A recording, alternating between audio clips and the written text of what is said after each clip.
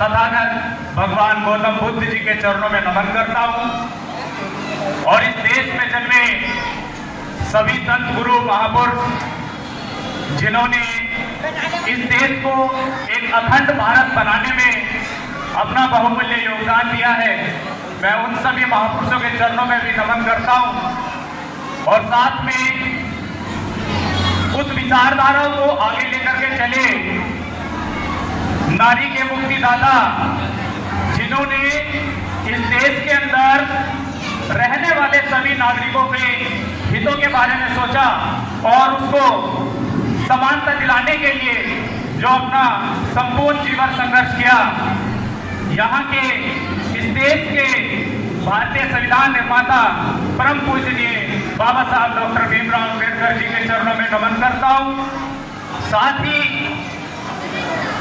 बाबा साहब डॉक्टर भीमराव अम्बेडकर जी को उनकी विचारधारा को लेकर के आगे चले इस पूरे भारत में मान्यवर साहेब काशीराम जी जिन्होंने मान्यवर काशीराम जी ने बाबा साहब डॉक्टर भीमराव अम्बेडकर जी की जो विचारधारा जन जन तक पहुंचाने का जो काम किया है, आज ये कार्यक्रम भी और काशीराम जी के जन्म के माह के उपलक्ष्य में रखा गया है, तो मैं उन्हें भी श्रद्धा के साथ नमन करता हूं और मेरे समक्ष बैठे मेरे छोटे बड़े भाई, हमारी मातृशक्ति, हमारे बुजुर्ग नौजवान साथी, आप सभी को मेरा क्रांतिकार जय भीम नमो बुद्धाय।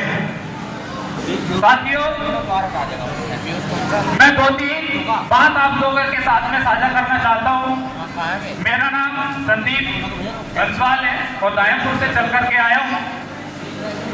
आज के कार्यक्रम में हमारी अतिथि सावित्री विक्रांत गौतम जी ने अभी आपसे कुछ चीजें शेयर की थी कि काशीराम जी ने सारे रिश्ते नाते तोड़े, उन्होंने घर छोड़ा।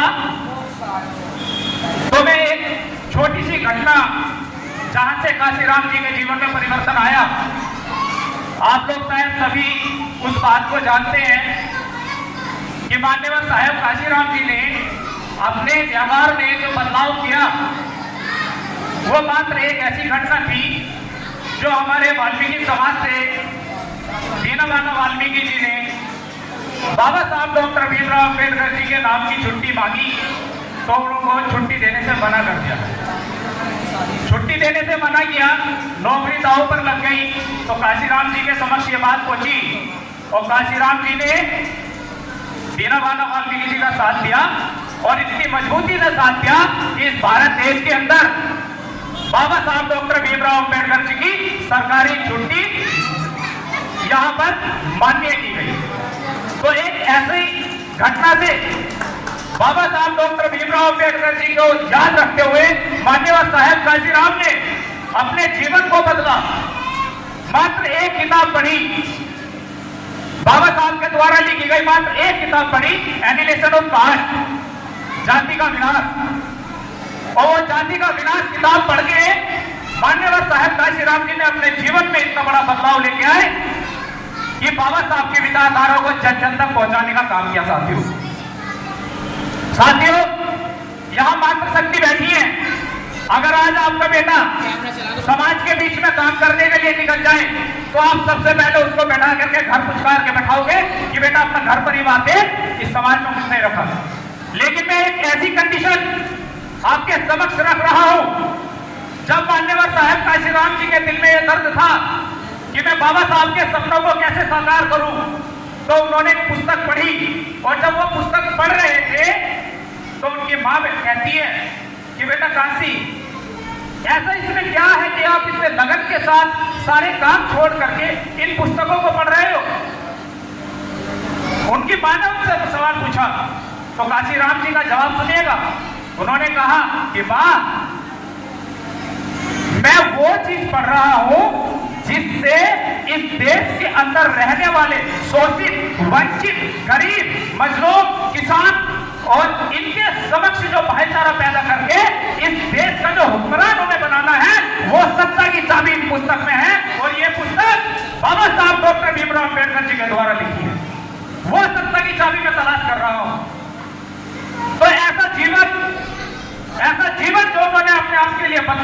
इस समाज को जागरूक करने के लिए बदला।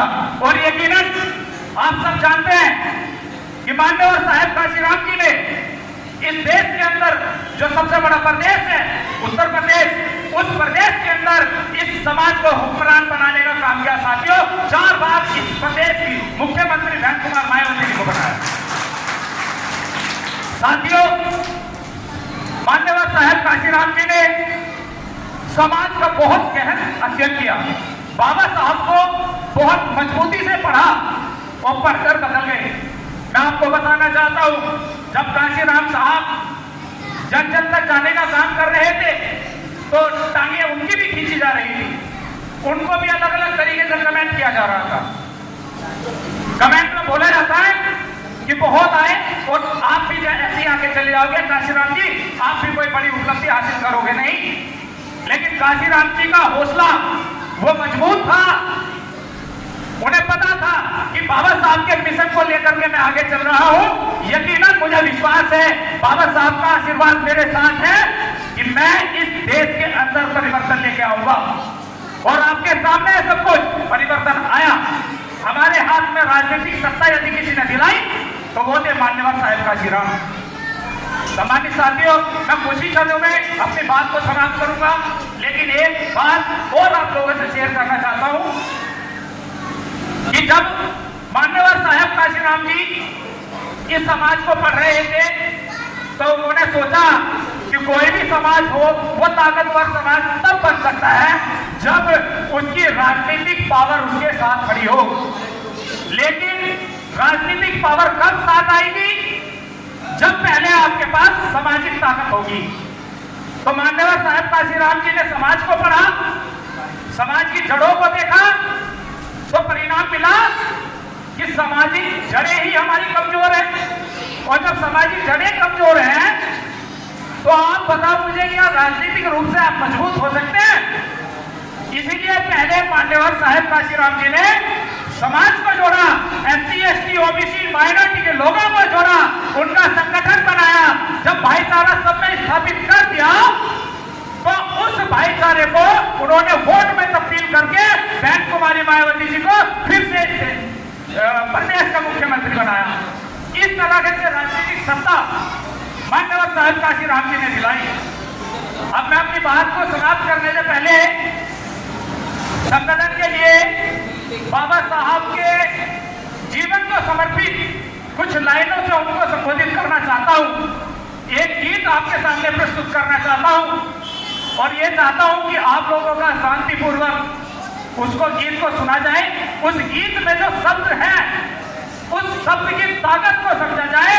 यकीनन वो गीत आपके जीवन में बदलाव लेकर के आएगा, जिसके बोल हैं, जिंदगी बाबा की देन है, हमको संगठन में आना पड़ेगा। तो मैं शुरुआत करता हूं और इस गीत के बाद अपनी बात को समाप्त करता हूं। तो पेश है आपके सामने एक इतना महत्वपूर्ण शब्दों का बना हुआ गीत जिसके बोल हैं, जिंदगी बाबा की देन है। जिंदगी बाबा की देन है, तुमको संगठन में आना पड़ेगा। शोषितों के मसीहा थे वो, उनको दिल में बसाना पड़ेगा। जिंदगी बाबा की देन है, तुमको संगठन में आना पड़ेगा। बाबा ने दी है कुर्बानियां, उनको दिल से भुलाना नहीं। हक सारे दिलाए तुम्हें, जिनसे राह मिलेगी सही। राह अपनाओगे ना अगर, यूं ही सबके ही जीना पड़ेगा।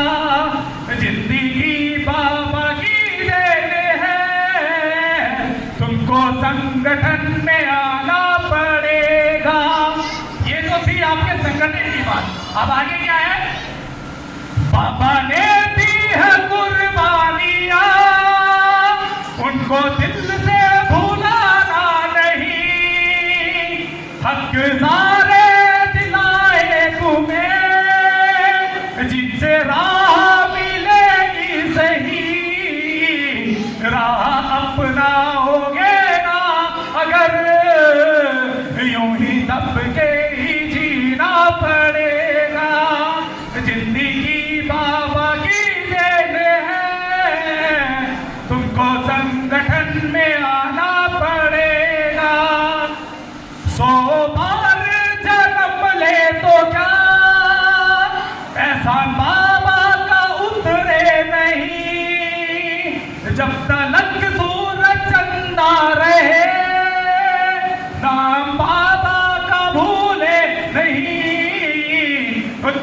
मंत्रों के दाता थे वो, उनको मन में बसाना पड़ेगा। जिंदगी बाबा की देते हैं, उनको संगठन में आना पड़ेगा। एक लास्ट है, कन्याकुमारी से कश्मीर तक बाबा भीम ने था ये कहा, जागो जागो तुम सोची तो, तुम पर पहरा है आखिर कड़ा। नानक संभलो हर एक चाल से, बुद्ध जी को ये गाना पड़ेगा। जिंदगी बाबा की देते हैं, तुमको संगठन में आना पड़ेगा। बहुत बहुत साधुवाद साथियों। बोलते बोलते आवाज थोड़ी ऐसी हो जाती है, लेकिन मैं आपको अपने जीवन की घटना बताऊं कि हमने बहुत समय पहले जब सतीश बहुत जी से हमारा संपर्क हुआ तो उन्होंने हमारे गांव में प्रोग्राम रखा।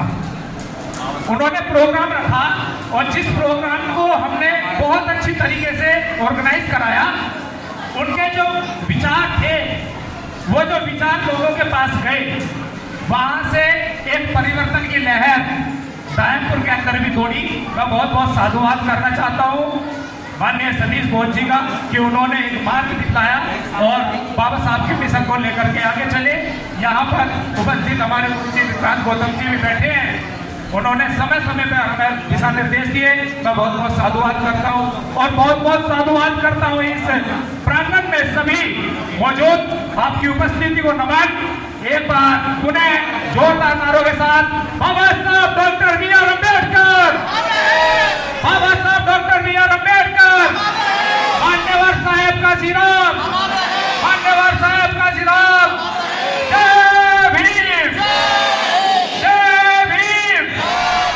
इस लास्ट पंक्ति से अपनी बात को समाप्त करूंगा कि मैं मर जाऊं तो मेरी एक पहचान लिख देना, मेरे खून से मेरे माथे पर जय भीम लिख देना। और हम भीम के अनुयायी हैं साथियों, हम भीम के अनुयायी हैं। ना शोहरत पे गर्व करते हैं, ना दौलत पे गर्व करते हैं, हुए हैं भीम के परिवार में पैदा, इसलिए अपनी किस्मत पे गर्व करते हैं, अपनी किस्मत पे गर्व करते हैं। जय भीम, नमो बुद्धाय। बहुत बहुत साधुवाद।